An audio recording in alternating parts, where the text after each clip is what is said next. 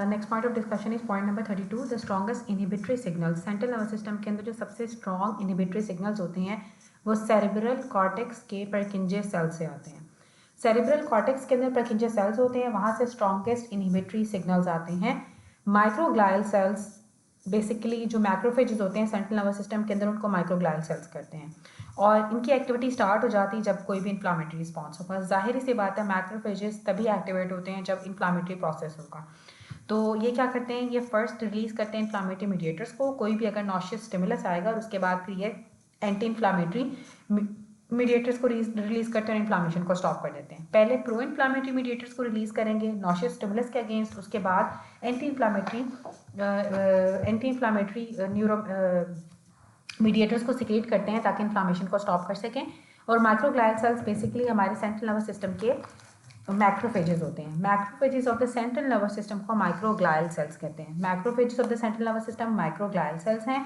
और जो परकिंजे सेल्स होते हैं सेरेब्रल कॉर्टेक्स के अंदर, इनकी ये इनहिबिटरी सिग्नल्स प्रोड्यूस करते हैं। सबसे ज़्यादा जो स्ट्रॉन्ग इनहिबिटरी सिग्नल्स होते हैं वो Purkinje cells of the cerebral cortex से प्रोड्यूस होते हैं। उसके बाद 34 MCQ में दिया हुआ है, एक नेकेड पर्सन था, वो AC वाले रूम में बैठा हुआ है, साथ टेम्परेचर 21 डिग्री सेंटीग्रेड है, ह्यूमिडिटी 80% है, हीट लॉस किसके थ्रू होगा। 3 तरह के प्रोसेस होते हैं जिससे बॉडी में हीट लॉस होता है, रेडिएशन, कन्वेक्शन और कंडक्शन। अब रेडिएशन का मतलब होता है अगर कोई पेशेंट नैक्ड है, तो कोई भी पर्सन अगर नेकेड है तो उसका जो हीट लॉस होगा वो रेडिएशन के थ्रू होगा। अब इस सिनेरियो में नेकेड का भी बताया हुआ है। दूसरी बात क्या बताई गई है कि अगर पेशेंट किसी सरफेस के ऊपर लेटा हुआ और साथ में नेकेड हो तो वो कन्वेक्शन से उसके अंदर हीट लॉस होता है। तो इसमें ये बताया हुआ है कि उसका हीट लॉस जो है ना वो किसी सरफेस के ऊपर लेटा हुआ हो तो वो कंडक्शन से उसका हीट लॉस होता है। सॉरी, अगर किसी सरफेस के ऊपर लेटा हुआ हो तो कंडक्शन से हीट लॉस होता है, और अगर वो लेटा हुआ हो साथ ह्यूमिडिटी मेंशन की हुई हो तो फिर इसका मतलब होता है कि कन्वेक्शन है। अब यहाँ पे सिनेरियो में दिया हुआ था कि पेशेंट है वो नेकेड पर्सन है, AC वाले रूम में लेटा हुआ है विद द टेम्परेचर 21 और हीट लॉस किसके थ्रू होगा, तो रेडिएशन और कंडक्शन के थ्रू होगा। कंडक्शन में होता है किसी सरफेस के ऊपर लेटा होना। बेस्ट ऑप्शन ये है कि साथ कन्वेक्शन भी होता है क्योंकि ह्यूमिडिटी मेंशन है। अगर तो ह्यूमिडिटी सिनेरियो के अंदर मेंशन और साथ पेशेंट नेकेड हो तो फिर कन्वेक्शन और रेडिएशन दोनों से हीट लॉस हो रहा है। और अगर साथ टेम्परेचर मेंशन हो तो फिर कंडक्शन की बात आती है। अब कंडक्शन के लिए या तो पेशेंट किसी सरफेस के ऊपर लेटा हुआ हो या फिर जो है वो टेम्परेचर मेंशन किया हुआ हो। तो टेम्परेचर यहाँ पे मेंशन किया हुआ है तो इसलिए हमने कंडक्शन को चूज़ किया है, और पेशेंट नेकेड है और नेकेड पर्सन के अंदर रेडिएशन से हीट लॉस होता है। और अगर यहाँ पे ह्यूमिडिटी का भी मेंशन किया हुआ है तो इसलिए कन्वेक्शन का भी साथ ऑप्शन आएगा, लेकिन कन्वेक्शन ऑप्शन में नहीं दिया हुआ तो फिर हमने रेडिएशन और कंडक्शन को सिलेक्ट करना है। जो गैमा अमाइनोब्यूटारिक एसिड गाबा न्यूरोट्रांसमीटर होता है, इसके लेवल डिक्रीज कर जाते हैं एंजाइटी के अंदर। जब पेशेंट को बहुत ज़्यादा एंजाइटी होती है तो गाबा के लेवल कम हो जाते हैं। एंजाइटी में गाबा के लेवल्स कम हो जाते हैं।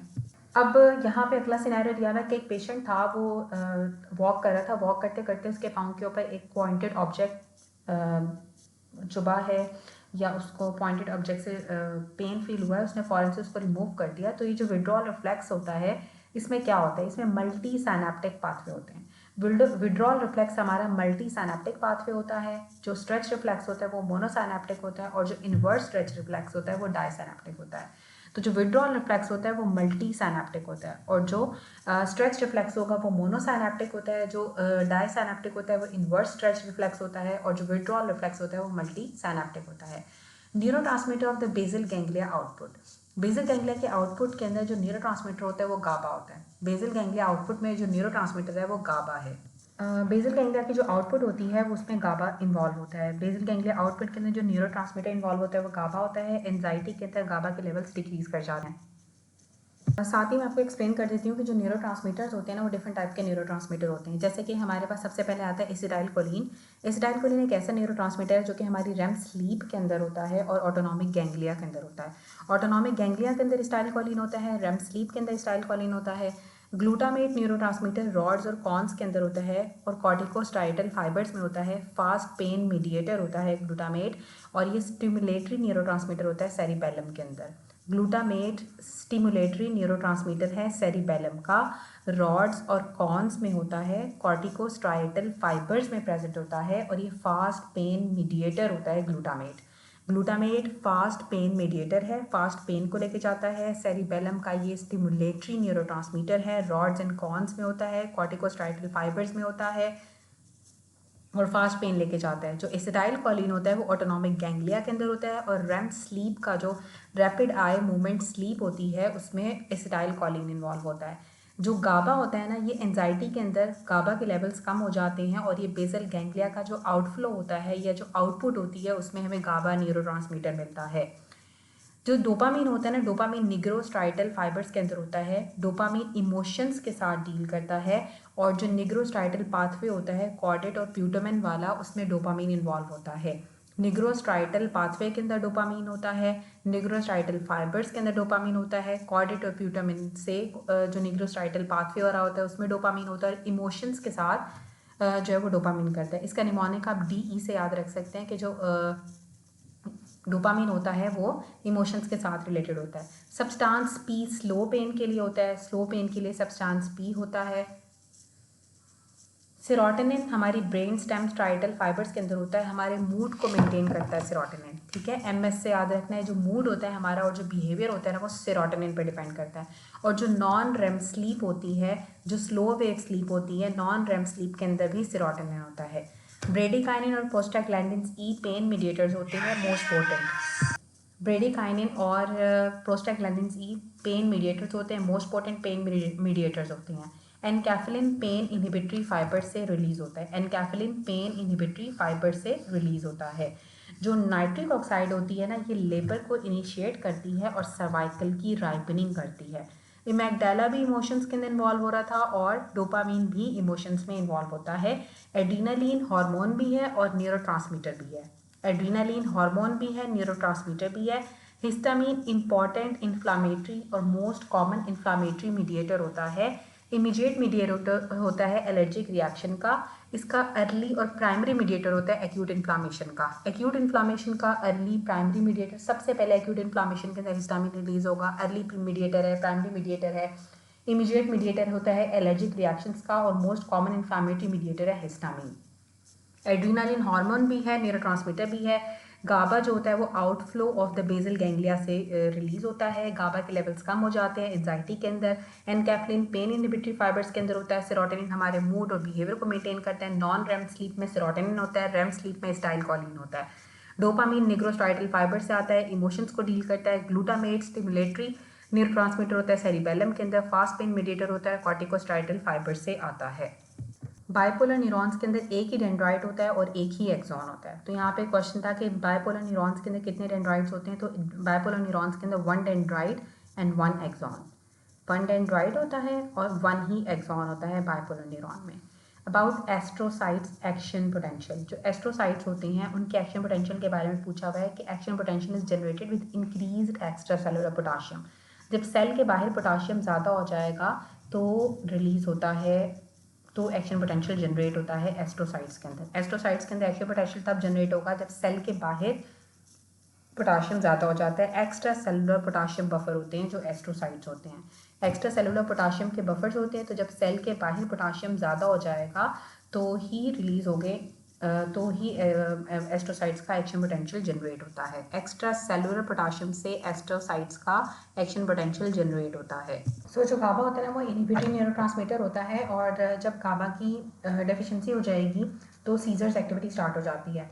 तो क्वेश्चन नंबर 40 में भी यही पूछा हुआ था कि जो सीजर एक्टिविटी होती है गाबा की वो क्यों होगी, क्योंकि जब ब्लॉक हो जाता है cerebral synaptic action of GABA, seizures होना स्टार्ट हो जाते हैं।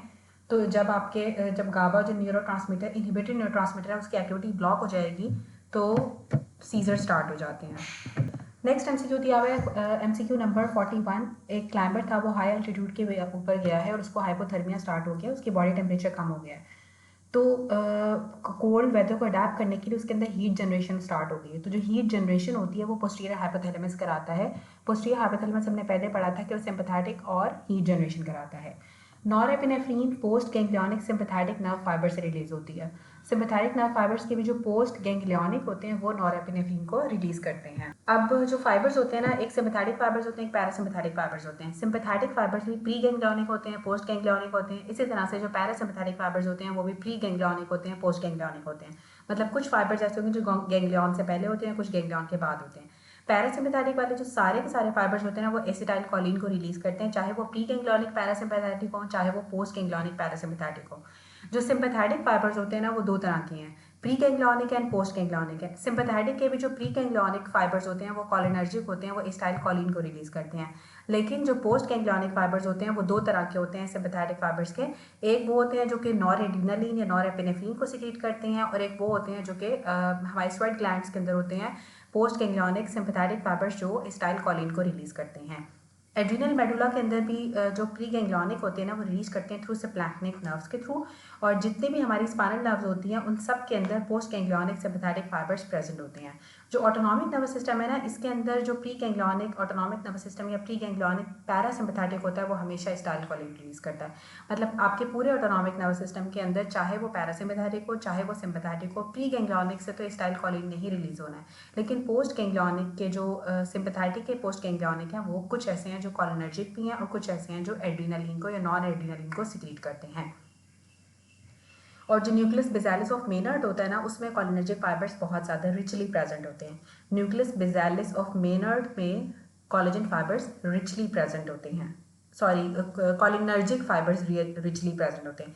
कॉलिन वाले कोलिनर्जिक फाइबर्स, एसिटाइल कोलिन वाले कोलिनर्जिक फाइबर्स सबसे ज़्यादा जो होते हैं वो न्यूक्लियस बेसालिस ऑफ मेनर्ड में होते हैं।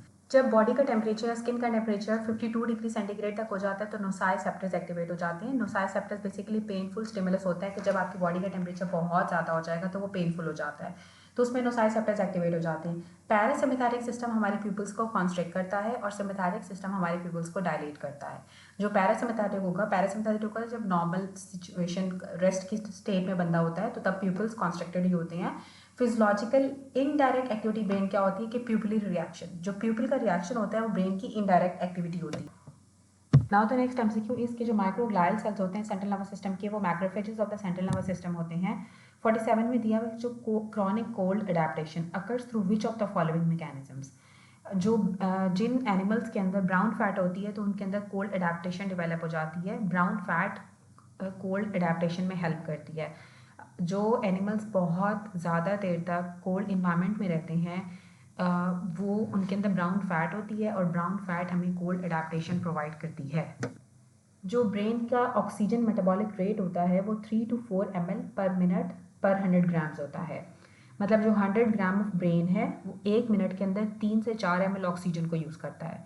100 ग्राम ऑफ ब्रेन 1 मिनट के अंदर 3 से 4 ml ऑक्सीजन को मेटाबोलाइज करता है। जो ब्रेन होता है ना वो 20% हमारी टोटल ऑक्सीजन जो होती है उसमें से 20% हमारी ब्रेन में जाती है। और ब्रेन की जो कंजप्शन होती है ना कि कितना ब्रेन कंज्यूम करेगा, तो पर 100 ग्राम ऑफ ब्रेन जो है वो 100 ग्राम ऑफ ब्रेन 1 मिनट के अंदर 3 से 4 ml तक ऑक्सीजन को यूटिलाइज करता है। और ऑक्सीजन जो होती है वो 20%, ओवरऑल ब्रेन को 20% ऑक्सीजन चाहिए होती है। और जो सेरिब्रल ब्लड फ्लो होता है ना, जितना ब्लड फ्लो जाता है, ब्लड फ्लो 50 ml पर मिनट के हिसाब से जाता है पर 100 ग्राम्स। 100 ग्राम ऑफ ब्रेन के अंदर 1 मिनट के अंदर 50 ml ब्लड जाता है। और जो ग्लूकोज की एक्सट्रैक्शन होती है वो 5 मिलीग्राम पर मिनट होती है पर 100 ग्राम्स। ठीक है, ग्लूकोज जो होता है वो 5 मिलीग्राम होता है, जो सेरिब्रल ब्लड फ्लो होता है वो 50 ml होता है पर मिनट पर 100 ग्राम्स। और जो ऑक्सीजन होती है वो हमें 3 से 4 ml चाहिए होती है पर मिनट पर 100 ग्राम ऑफ ब्रेन को। अब जो रैपिड आई मूवमेंट स्लीप होती है ना, इसमें जो मस्कुलर टोन होती है वो आपकी लॉस हो जाती है। और जो non rapid eye movement sleep होती है उसमें वैस्कुलर टोन लॉस होती है। ठीक है, वेसल्स की टोन लॉस हो जाती है जब आपकी non rapid eye movement sleep होगी। और जो रैपिड आई मूवमेंट स्लीप होती है उसमें मस्कुलर टोन लॉस हो जाती है। स्वेट ग्लैंड्स और जो पाइलो इरेक्टल मसल्स होते हैं इनको cholinergic post ganglionic sympathetic fibre supply करते हैं। मैंने पहले भी बताया था कि जो सिम्पैथेटिक फाइबर्स होते हैं उसके पोस्ट गैंग्लियोनिक दो तरह के होते हैं, एक एडनर्जिक होते हैं, एक कोलिनर्जिक होते हैं। जो सिम्पैथेटिक के पोस्ट गैंग्लियोनिक में जो कोलिनर्जिक होते हैं वो स्वेट ग्लैंड्स को सप्लाई करते हैं और पाइलो इरेक्टल मसल को सप्लाई करते हैं। पोस्ट गैंग्लियोनिक कोलिनर्जिक और सिम्पैथेटिक भी होते हैं। विड्रॉल रिफ्लेक्स के अंदर फ्री नर्व एंडिंग्स इन्वॉल्व होती हैं। विड्रॉल रिफ्लेक्स के अंदर नोसाइसेप्टर्स इन्वॉल्व होती हैं और फ्री नर्व एंडिंग्स इन्वॉल्व होती हैं। न्यूरो एंडोक्राइन रिस्पॉन्स हाइपोथैलेमस से आता है। अब हाइपोथैलेमस से न्यूरोट्रांसमीटर्स भी रेगुलेट हो रहे होते हैं और हार्मोन्स भी रेगुलेट हो रहे होते हैं। तो जो न्यूरो एंडोक्राइन रिस्पॉन्स होता है वो हाइपोथैलेमस से आता है। हाइपोथैलेमस से न्यूरो एंडोक्राइन रिस्पॉन्स आता है। कशिंग रिफ्लेक्स के अंदर इंट्राक्रेनियल प्रेशर ज़्यादा हो जाता है। कशिंग रिफ्लेक्स के अंदर हमें जो है वो इंट्राक्रेनियल प्रेशर ज़्यादा मिलता है और कशिंग ट्राइड के अंदर 3 चीज़ें होती हैं। आपका इंट्राक्रेनियल प्रेशर ज़्यादा हो जाता है। जब इंट्राक्रेनियल सर के अंदर प्रेशर ज़्यादा होगा तो आपकी ब्लड प्रेशर ज़्यादा हो जाता है। इंट्राक्रेनियल प्रेशर ज़्यादा होगा तो हाइपरटेंशन भी हो जाएगी, ब्लड प्रेशर भी ज़्यादा हो जाएगा। जब ब्लड प्रेशर ज़्यादा होगा लेकिन साथ उसका जो हार्ट रेट होता है वो स्लो हो जाता है। इसमें एक चीज़ स्लो होती है, 2 चीज़ें तेज़ हो जाती हैं। इंट्राक्रेनियल प्रेशर भी ज़्यादा हो रहा है और ब्लड प्रेशर भी ज़्यादा हो रहा है। प्रेशर्स ज़्यादा होते हैं कशिंग ट्राइड के अंदर और जो हार्ट रेट है वो स्लो हो जाता है। हार्ट रेट स्लो हो जाता है, प्रेशर ज़्यादा हो जाते हैं कशिंग रिफ्लेक्स के अंदर। कशिंग रिफ्लेक्स के अंदर कशिंग ट्राइड हमें मिलता है। कशिंग ट्राइड की वजह यही होती है कि जब इंट्राक्रेनियल प्रेशर ज़्यादा होगा तो कशिंग रिफ्लेक्स इनिशिएट हो जाता है। जब इंट्राक्रेनियल प्रेशर ज़्यादा होता है तो ब्लड प्रेशर भी ज़्यादा हो जाता है, ब्लड वेसल्स में प्रेशर ज़्यादा हो जाता है और साथ हार्ट रेट डिक्रीज कर जाता है। अब सेंट्रल टेम्परेचर रेगुलेशन कौन करता है? सेंट्रल टेम्परेचर रेगुलेशन हमारा एंटीरियर हाइपोथैलेमस करता है। ठीक है, सेंट्रल टेम्परेचर रेगुलेशन या जो टेम्परेचर रेगुलेशन होती है वो एंटीरियर पोस्टीरियर हाइपोथैलेमस करते हैं। जो एंटीरियर हाइपोथैलेमस होता है वो कोल्ड टेम्परेचर को रेगुलेट करता है। उसमें हमारे पास जो एंटीरियर हाइपोथैलेमस होता है वो अगर इंसान स्वेटिंग कराता है और साथ जो है वेज़ोडाइलेशन करा के जो टेम्परेचर को रेगुलेट करता है। और जो पोस्टीरियर हाइपोथैलेमस होता है वो सिंपैथेटिक होता है, एंटीरियर हाइपोथैलेमस कूलिंग कराता है और पैरासिम्पैथेटिक होता है। और जो पोस्टीरियर हाइपोथैलेमस होता है वो हीटिंग कराता है और सिंपैथेटिक होता है और साथ ही शिवरिंग कराता है। ओवरऑल टेम्परेचर रेगुलेशन जो होती है वो प्री ऑप्टिक न्यूक्लियस से होती है और एंटीरियर हाइपोथैलेमस से। अगर ये पूछा हो कि टेम्परेचर रेगुलेशन कौन करता है तो आपने कहना है कि प्री ऑप्टिक न्यूक्लियस। अगर प्री ऑप्टिक न्यूक्लियस नहीं होगा तो फिर एंटीरियर हाइपोथैलेमस को हमने सेलेक्ट करना है। तो जो टेम्परेचर रेगुलेशन होती है या तो वो प्री ऑप्टिक न्यूक्लियस से होती है या फिर जो है वो प्री ऑप्टिक न्यूक्लियस से या फिर हाइपोथैलेमस से। प्री ऑप्टिक न्यूक्लियस से या फिर हाइपोथैलेमस से होती है। Hormone exhibit relation between weight and puberty. अब जो लैप्टिन हार्मोन होता है ना ये हमारा इसका वेट और प्यूबर्टी का जो है वो इसका रिलेशन होता है। लैप्टिन और एस्ट्राडायोल दोनों भी ट्रू हो सकते हैं बट लैप्टिन जो होती है वो बेटर ऑप्शन है क्योंकि लैप्टिन से आपको लीन बनाता है। लैप्टिन हमें लीन बनाता है और जो ग्रेलिन होता है ना वो हमें ओबीज बनाते हैं। 2 तरह के हार्मोन्स होते हैं। अब जो हाइपोथैलेमस था ना उसके 2 तरह के हार्मोन्स हैं और 2 तरह के ही एरिया से रिलीज होते हैं, 2 तरह के न्यूक्लियस से रिलीज होते हैं। एक हाइपोथैलेमस का होता है वेंट्रोमीडियल न्यूक्लियस, एक हाइपोथैलेमस का होता है वेंट्रोमीडियल न्यूक्लियस और एक होता है लैटरल एरिया। अब जो वेंट्रोमीडियल एरिया होता है ना, जो मीडियल एरिया होता है वो अगर उसके अंदर ये वेंट्रोमीडियल एरिया के अंदर हमारा स्टाइटी सेंटर होता है। वेंट्रोमीडियल एरिया में स्टाइटी सेंटर होता है और ये वेंट्रोमीडियल एरिया एपेटाइट को कम करता है। और जो वेंट्रोलैटरल एरिया होता है ना उसमें हमारा हंगर सेंटर होता है, फीडिंग सेंटर होता है, हंगर को ज़्यादा करता है। अब जो लैटरल एरिया होता है उसको ग्रेलिन प्रमोट करता है। ठीक है, ग्रेलिन की वजह से लैटरल एरिया से ग्रेलिन रिलीज होगा। ग्रेलिन से आपको भूख ज़्यादा लगती है, आपकी हंगर ज़्यादा हो जाती है, आप ज़्यादा खाते हो और आप फैट हो जाते हो। और जो लैप्टिन हार्मोन होता है वो इनहिबिट करता है लैटरल एरिया को। इसी तरह से जो वेंट्रोमीडियल एरिया होता है, मीडियल एरिया जो होता है वो क्या करता है, वो स्टाइटी सेंटर होता है। मतलब अगर आपका medial area ventromedial nucleus activate होगा तो आपको भूख कम लगेगी और आपको स्टाइटी फीलिंग आएगी। और जब वेंट्रोमीडियल एरिया का न्यूक्लियस वो लीजन होगा ना तो ओबेसिटी डेवलप हो जाती है क्योंकि आप स्टाइटी सेंटर आपका नहीं काम कर रहा होता है तो आपको भूख लगती ही रहती है, आप खाते ही रहते हो। मतलब हाइपरफेजिया पेशेंट को हो जाता है। और क्रेनियोफ्रेंजियोमा के अंदर भी आपका ventromedial nucleus of the hypothalamus damage हो जाता है जिसकी वजह से हाइपरफेजिया हो जाता है, एपेटाइट ज़्यादा हो जाती है और प्यास भी ज़्यादा लगती है। तो क्रेनियोफ्रेंजियोमा भी वेंट्रोमीडियल न्यूक्लियस को अफेक्ट करता है जिसमें स्टाइटी सेंटर होता है। और जब जाहिर सी बात है स्टाइटी सेंटर डैमेज हो गया तो आपको भूख ज़्यादा लगेगी, प्यास ज़्यादा लगेगी और जो हाइपरफेजिया हो जाएगा, आप ज़्यादा खाओगे। और जो लैटरल एरिया होता है हाइपोथैलेमस का वो हंगर को कंट्रोल करता है, फीडिंग को कंट्रोल करता है। इसको जो ग्रेलिन होता है वो स्टिमुलेट करता है लैटरल एरिया को और लैप्टिन इनहिबिट करता है लैटरल एरिया को। अगर तो पेशेंट लैप्टिन जो होता है ना वो एपेटाइट को डिक्रीज करता है और प्यूबर्टी और वेट के दरमियान में रिलेशन को मेंटेन करता है। ठीक है, प्यूबर्टी और वेट को मेंटेन जो करता है वो लैप्टिन करता है। एपेटाइट को कम करता है, प्यूबर्टी और वेट को मेंटेन करता है। और लैप्टिन जो होता है हमें लीन बनाता है। लैप्टिन की वजह से आपको भूख कम लगती है और आपको स्टाइटी फीलिंग आती है। ग्रेलिन की वजह से भूख ज़्यादा लगती है। नाउ वॉमिटिंग सेंटर मेडुला के अंदर होता है और जो इचिंग होती है वो टाइप सी फाइबर से जाती है। Itching tract anterior spinothalamic tract होता है। अब जो नर्व फाइबर्स होते हैं ना वो भी 3 तरह के होते हैं, ए फाइबर्स, बी फाइबर्स, सी फाइबर्स। ठीक है। जो सी फाइबर्स होते हैं ना वो अनमाइलिनेटेड होते हैं, जो ए फाइबर्स होते हैं फर्दर डिवाइडेड होते हैं ए अल्फ़ा में, ए बीटा में, ए गैमा में, ए डेल्टा में। अब ए अल्फ़ा भी अल्फ़ा 1 अल्फ़ा होते हैं और 1 अल्फ़ा होंगे, ठीक है, और 1 बी होंगे, 1 ए और 1 बी फाइबर्स होते हैं, ठीक है। अल्फ़ा फाइबर्स भी 2 तरह के होते हैं, 1 ए और 1 बी। बीटा फाइबर्स के अंदर बीटा फाइबर्स होते हैं, गैमा फाइबर्स होते हैं और डेल्टा फाइबर्स होते हैं। अब जो टाइप बी फाइबर्स होते हैं ना वो प्री गैंग्लियोनिक होते हैं, ऑटोनॉमिक होते हैं और प्री सिनेप्टिक कोलिनर्जिक होते हैं। जो टाइप सी फाइबर्स होते हैं जो कि अनमाइलिनेटेड होते हैं, पोस्ट गैंग्लियोनिक होते हैं, ऑटोनॉमिक होते हैं, स्लो पेन और टेम्परेचर को टाइप सी फाइबर्स लेके जाते हैं, इचिंग को भी टाइप सी फाइबर्स लेके जाते हैं, tingling sensation type C fibres लेके जाते हैं, इचिंग को टाइप सी फाइबर्स लेकर जाते हैं। और अगर किसी को पेन हो रहा है, वार्मथ हो गया, ठीक है, रिसेप्टर फॉर कोल्ड्स भी टाइप सी फाइबर्स होते हैं, ठीक है। इचिंग भी टाइप सी फाइबर्स लेके जाती हैं। इचिंग में और इचिंग सेंटर जो होता है वो एंटीरियर स्पाइनोथैलेमिक ट्रैक होता है। Which of the following receptors are with no adaptations, ठीक है, किसकी अडेप्टेशन नहीं होती है? तो जो नोसाइसेप्टर्स या पेन रिसेप्टर्स होते हैं उनकी अडेप्टेशन नहीं होती है। अगर तो temperature of the set point आप इंक्रीज कर वो there will be increase in shivering, ठीक है। सेट पॉइंट का टेम्परेचर इंक्रीज करने का मतलब ये होता है कि आप पेशेंट की हाइपोथर्मिक स्टेट है, हाइपोथर्मिक स्टेट है उसका जो है वो सेट पॉइंट का टेम्परेचर जब ज़्यादा होता है ना तो पेशेंट की हाइपोथर्मिक स्टेट होती है, तो उसमें शिवरिंग स्टार्ट हो जाती है। Bipolar cells found in olfactory neurons, olfactory neurons के अंदर बाइपोलर सेल्स हमें मिलते हैं। और यहाँ पे बताया गया कि जो रेटिना और जो कॉकलिया होता है ना उसके अंदर भी बाइपोलर होते हैं, रेटिना के अंदर, कॉकलिया के अंदर भी बाइपोलर सेल्स होते हैं। और रेटिना के अंदर, कॉकलिया के अंदर भी बाइपोलर सेल्स होते हैं। और ऑल्फैक्टरी एरिया के अंदर ऑल्फैक्टरी न्यूरॉन्स भी ऑल्फैक्टरी न्यूरॉन्स में भी बाइपोलर सेल्स होते हैं, ऑल्फैक्टरी न्यूरॉन्स में भी बाइपोलर सेल्स होते हैं, ऑल्फैक्टरी न्यूरॉन्स में भी बाइपोलर सेल्स होते हैं। स्केलेटल मसल्स मल्टीपोलर होता है, स्पाइनल गैंग्लिया सूडो यूनिपोलर होते हैं। नाउ के जो स्पाइनल गैंग्लिया होता है इसमें सूडो यूनिपोलर्स होते हैं, ऑल्फैक्टरी के अंदर भी बाइपोलर सेल्स हैं, और रेटिना के अंदर भी और कॉकलिया के अंदर भी बाइपोलर होते हैं। स्केलेटल मसल्स मल्टीपोलर होते हैं। मोस्ट अबंडेंट सेल्स जो हमें वाइट मैटर के अंदर मिलते हैं that is oligodendrocytes, oligodendrocytes white matter के अंदर होते हैं। और जो मोस्ट अबंडेंट होते हैं, अब जो एस्ट्रोसाइट्स हैं और ओलिगोडेंड्रोसाइट्स दोनों ही ग्लाइल सेल्स होते हैं, ओलिगोडेंड्रोसाइट्स भी ग्लाइल सेल्स हैं, एस्ट्रोसाइट्स भी ग्लाइल सेल्स हैं। जो most numerous glial cells overall होते हैं ना वो एस्ट्रोसाइट्स होते हैं, एस्ट्रोसाइट्स सबसे ज़्यादा जो होते हैं ग्लाइल सेल्स होते हैं, लेकिन वाइट मैटर के अंदर हमें ओलिगोडेंड्रोसाइट्स मिलेंगे, ठीक है।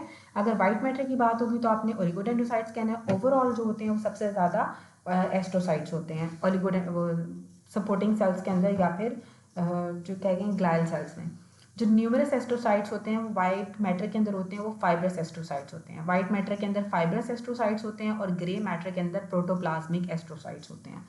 अब यहाँ पे बताया गया कि सबसे ज़्यादा जो होते हैं ना दो तरह के हमारे पास ग्लाइल सेल्स होते हैं, एक ओलिगोडेंड्रोसाइट्स होते हैं, एक हमारे पास एस्ट्रोसाइट्स होते हैं, दोनों ग्लाइल सेल्स हैं। एस्ट्रोसाइट्स सबसे ज़्यादा होते हैं और वाइट मैटर के अंदर ओलिगोडेंड्रोसाइट्स होते हैं। हमने पढ़ा है कि सीएनएस की माइलिनेशन के अंदर ओलिगोडेंड्रोसाइट्स होते हैं और जो पेरिफेरल नर्वस सिस्टम की माइलिनेशन होती है उसमें शिवॉन सेल्स होते हैं। तो पी एस से याद रख लेना है, या एस पी से याद रख लो, A B C D F G H I J K L M N O P Q R S T, ठीक है। तो P Q R S T से आप याद रख लें कि पी के साथ करीब करीब एस आता है, तो जो वो होगा शिवॉन सेल्स होते हैं वो पेरिफेरल नर्वस सिस्टम को करते हैं, और जो ओलिगोडेंड्रोसाइट्स होते हैं वो सेंट्रल नर्वस सिस्टम की माइलिनेशन करते हैं। अब जो ओलिगोडेंड्रोसाइट्स होते हैं वो वाइट मैटर के अंदर मैक्सिमम होते हैं, वाइट मैटर के अंदर फाइब्रस एस्ट्रोसाइट्स होते हैं, और वाइट मैटर और जो ग्रे मैटर होता है उसमें प्रोटोप्लाज्मिक एस्ट्रोसाइट्स होते हैं। अब नेक्स्ट थिंग आवे कि एड्रीनल मेडुला के अंदर कौन से हार्मोन्स होते हैं। तो एड्रीनल मेडुला के अंदर कौन से रिसेप्टर्स होते हैं? निकोटिनिक कॉलिनर्जिक एड्रीनल मेडुला के अंदर होते हैं, निकोटिनिक कॉलिनर्जिक एड्रीनल मेडुला के अंदर होते हैं, और निकोटिनिक होते हैं और साथ कॉलिनर्जिक होते हैं। निकोटिनिक कॉलिनर्जिक एड्रीनल मेडुला के अंदर होते हैं। सिम्पैथेटिक कॉलिनर्जिक स्वेट ग्लैंड्स के अंदर होता है, हमने पहले पढ़ा कि sympathetic cholinergic post ganglionic fibres होते हैं जो कि एसिटाइलकोलिन को रिलीज करते हैं, लेकिन पोस्ट गैंग्लियोनिक सिम्पैथेटिक होते हैं। तो सिम्पैथेटिक कॉलिनर्जिक जो होते हैं वो स्वेट ग्लैंड के अंदर होते हैं, और सिम्पैथेटिक स्टिमुलेशन से ब्रोंको डायलेशन हो जाती है, ब्रोंक्यूल्स डायलेट कर जाते हैं सिम्पैथेटिक स्टिमुलेशन से। टेस्ट पाथवे रिले करता है ट्रैक्टस सोलिटारिस के अंदर। डार्कनेस के अंदर मेलाटोनिन ज़्यादा हो जाता है, डार्कनेस के अंदर मेलाटोनिन ज़्यादा हो जाता है। जो मेलाटोनिन होता है ना, एक तो डार्कनेस के अंदर ज़्यादा हो जाता है, और जब अर्ली मॉर्निंग होती है तो कॉर्टिसोल ज़्यादा हो जाता है, और जब आप नॉन रेम स्लीप के अंदर ग्रोथ हार्मोन ज़्यादा हो जाता है। जो लोग बहुत ज़्यादा सोते हैं, हमारे हाइपोग्लाइसीमिया, एक्सरसाइज और नॉन रेम स्लीप, ये सब ग्रोथ हार्मोन की प्रोडक्शन को ज़्यादा करते हैं। तो जो नॉन रेम स्लीप होती है उसमें ग्रोथ हार्मोन ज़्यादा हो जाता है, कॉर्टिसोल जो होता है वो सुबह उठते हैं तो कॉर्टिसोल ज़्यादा होता है, अर्ली मॉर्निंग कॉर्टिसोल ज़्यादा होता है, और मेलाटोनिन डार्कनेस के अंदर ज़्यादा हो जाता है। जो थर्मो रिसेप्टर्स होते हैं इनका लॉन्ग रिसेप्टिव फील्ड होती है, थर्मो रिसेप्टर्स की लॉन्ग रिसेप्टिव फील्ड होती है। लार्ज रिसेप्टिव फील्ड जो होती है ना रफनीस कार्पसल्स की होती है। रफनीस कार्पसल्स हमने पढ़ा था कि वार्म टेम्परेचर को सेंस करते हैं, ठीक है। वार्म टेम्परेचर के लिए जो होते हैं वो रफनीस कार्पसल्स होते हैं, और इनकी जो होती है वो लार्ज रिसेप्टिव फील्ड होती है, और जो स्मॉलर रिसेप्टिव फील्ड होती है वो डॉर्सल कॉलम मीडियल लेमेनिस्कस की होती है। जो लॉन्ग रिसेप्टिव फील्ड होती है वो लैटरल स्पाइनोथैलेमिक ट्रैक्ट की होती है। एक लार्ज है, एक स्मॉल है और एक लॉन्ग है। जो लॉन्ग है ना, लॉन्ग रिसेप्टिव फील्ड जो होती है वो लैटरल स्पाइनोथैलेमिक ट्रैक्ट की होती है। लैटरल स्पाइनोथैलेमिक ट्रैक हमारे पास टेम्परेचर लेके जाते हैं, पेन एंड टेम्परेचर लेके जाएगा, तो जो लैटरल स्पाइनोथैलेमिक ट्रैक होता है उसकी लॉन्ग रिसेप्टिव फील्ड होती है, थर्मो रिसेप्टर्स की लॉन्ग रिसेप्टिव फील्ड होती है, रफनीस कार्पसल्स की लार्ज रिसेप्टिव फील्ड होती है, और जो DCML होता है उसकी जो होती है स्मॉल रिसेप्टिव फील्ड होती है। डॉर्सल कॉलम मीडियल लेमिनिस्कस की स्मॉल रिसेप्टिव फील्ड होती है। ब्रेन का जो मेटाबोलाइट है ना वो कार्बन डाइऑक्साइड है। ब्रेन का मेटाबोलाइट कार्बन डाइऑक्साइड होता है। Neuro hypophysis contain secretory granules stored in nerve endings. Neuro hypophysis के अंदर जो सिक्रेटरी ग्रैन्यूल्स होते हैं ना वो नर्व की एंडिंग्स के अंदर ही स्टोर होते हैं, ठीक है। स्टोर होते हैं नर्व एंडिंग्स के अंदर और सिक्रीट भी होते हैं नर्व एंडिंग से। न्यूरो हाइपोफिसिस जो होता है, जो हमारा पोस्टीरियर पिट्यूटरी होता है, उसके जो सिक्रेटरी ग्रैन्यूल्स होते हैं वो नर्व एंडिंग्स के अंदर स्टोर होते हैं और वहीं से ही रिलीज होते हैं। जो CSF होता है ना इसकी एब्जॉर्प्शन जो होती है वो एरेक्नॉइड ग्रैनुलेशन से होती है। एरेक्नॉइड ग्रैनुलेशन CSF की एब्जॉर्प्शन कराती है। टोटल जो हमारा CSF होता है ना वो 150 ml होता है, और